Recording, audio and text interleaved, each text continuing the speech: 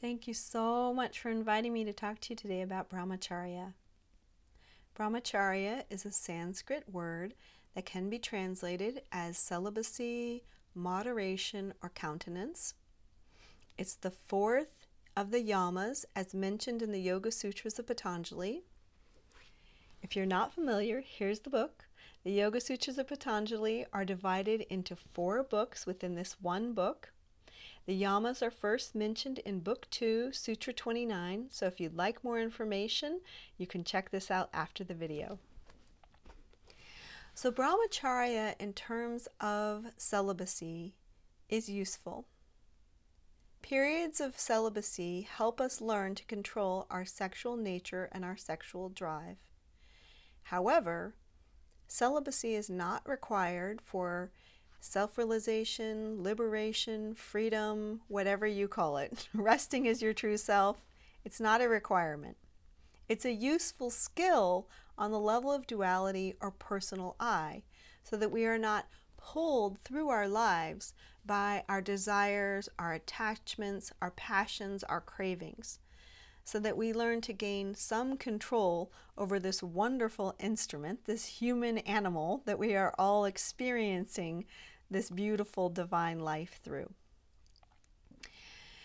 So committing to periods of celibacy so that you can gain mastery over your sexual nature is extremely useful. However, I would suggest if you are in a relationship with a committed adult partner that you have a conversation and gain their consent before you commit to this practice. Since you are in a consensual relationship, it's good to have a conversation about it. So if you decide to practice celibacy, one of the wonderful benefits, besides learning to control your desires or your passions, is learning to contain the energy that is naturally built up in our system, especially for men, and learning to increase that energy by withholding the sexual act, either with yourself or others. So in the scriptures they say that there is an energy within us that is called ojas, and if we practice celibacy, that energy can be turned into tejas, which creates a bright light. So we become a brighter, lighter human being.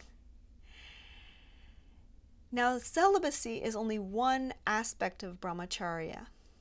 Brahmacharya is again about controlling the input that we're receiving through our senses and our sensory drive, our desires, our urges. So you can practice Brahmacharya on the physical level, energetic level, emotional level, mental level. You can determine where you would like to apply some moderation or some control and practice Brahmacharya in that way. So when we're practicing Brahmacharya on a physical level, we want to apply limits of moderation that are comfortable for us. So we want to sleep the right amount for us. We want to eat the right amount of food for our body, exercise the appropriate amount for our body, and so on and so on. But you get to determine what that moderate balance is for you. It's no one else's job to tell you what is moderate for your human body or human instrument. You get to decide what that is. You can also practice Brahmacharya on the level of emotions. And you can learn to embrace your emotions to minimize the intensity of what you're experiencing. You can learn to relax into and embrace and meditate on whatever it is you're feeling so that that emotion can pass naturally. Everything that we experience through our 5 senses, which the yogis call prakriti or nature, is dualistic in nature. It has 2 opposites, and it's constantly changing. So everything that we perceive with our 5 senses is constantly changing. So Brahmacharya is not about stopping the flow of nature. That would be a challenge, if not impossible.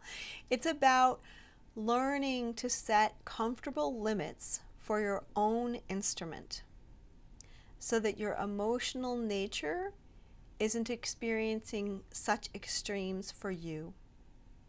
You can also apply Brahmacharya on the level of the mental body.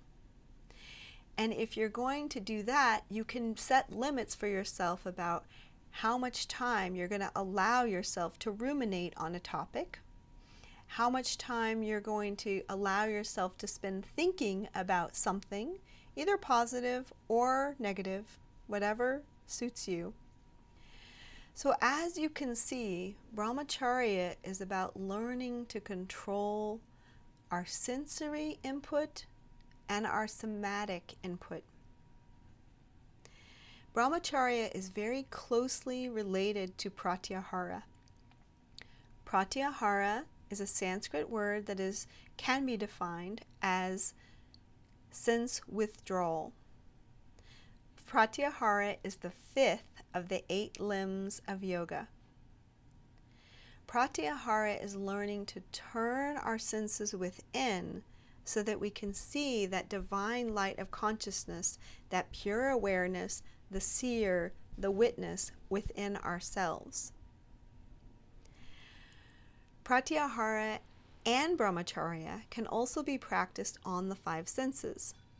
So you can practice Brahmacharya with physical touch. You can practice Brahmacharya with sound, sight, smell, taste. When you practice Brahmacharya with your taste buds, or taste, your sense of taste, you might decide to have periods of the day or week or month where you fast, where you don't allow any food to enter your body.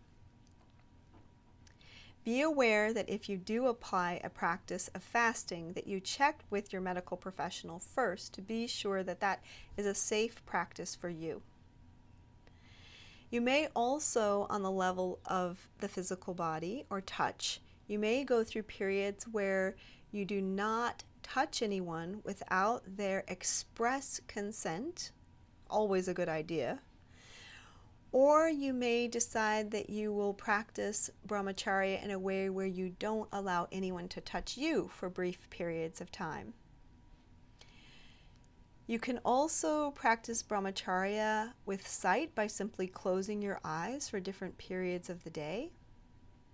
You can practice Brahmacharya by observing silence or keeping your mouth shut. And again, that can be for 10 minutes if you're a chatterbox, or it can be for 10 hours if you're naturally a more quiet person. You get to determine where that moderate place is for you. Brahmacharya is so much about moderation. It's about learning to find that middle way for you. So it's learning to find the comfortable boundaries where you are walking the middle path for your body, your mind, your emotions.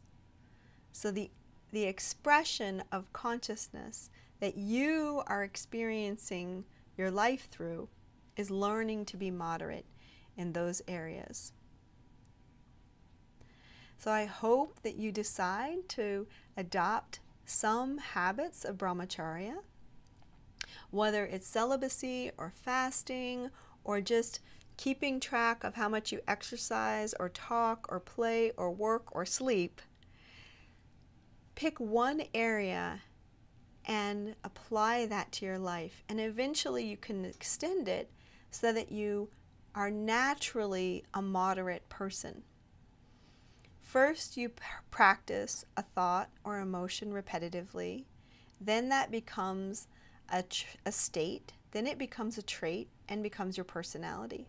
So over time, you can develop more moderation in your personality by applying Brahmacharya. Thank you so much for joining me for this talk. Please be moderate in everything that you do.